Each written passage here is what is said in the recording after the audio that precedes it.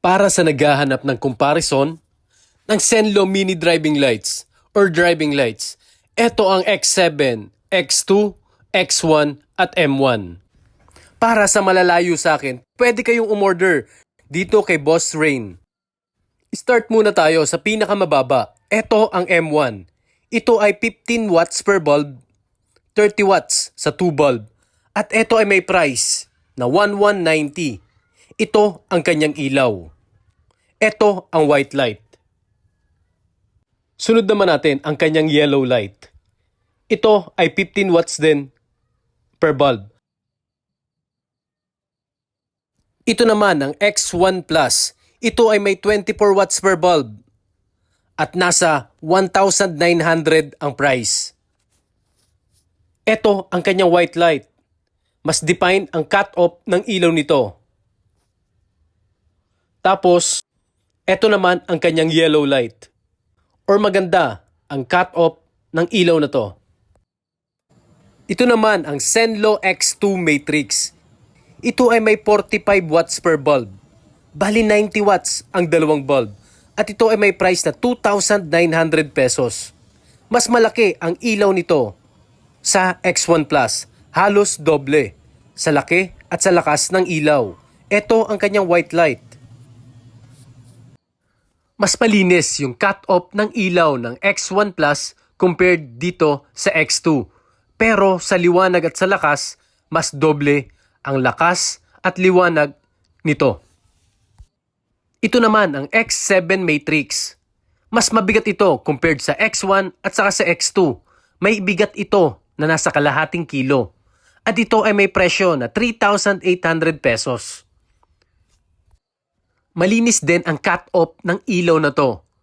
Ang ibig sabihin ng cut-off is yung side or walang natatapon na liwanag.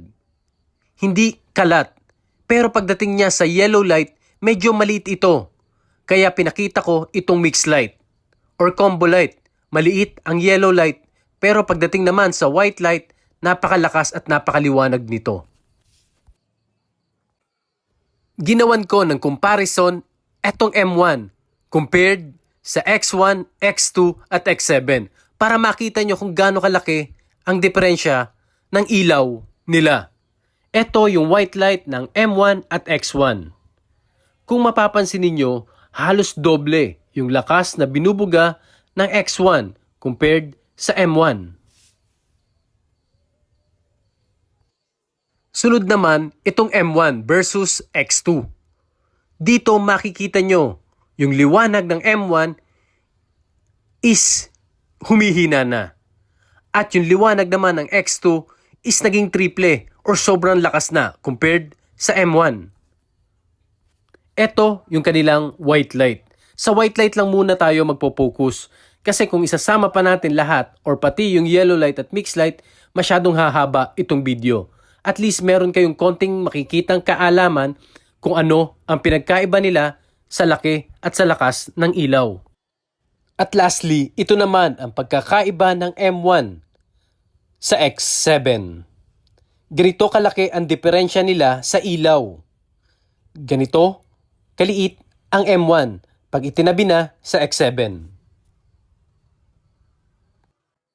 Ito naman ang comparison ng ilaw ng X1 at ng X2 Matrix. Para makita nyo yung pagkakaiba nila. X1 yung nasa ibabaw at X2 naman yung nasa ilalim. Yan yung kanilang white light. Ganyan kalaki ang pagkakaiba nila sa liwanag at sa buga ng ilaw nito. Sunod naman natin ang pagkakaiba ng X1 sa X7 Matrix. Ganito na lang kaliit ang X1 pag itinabi sa white light ng X7. Malaki ang ilaw talaga na binubuga ng X7.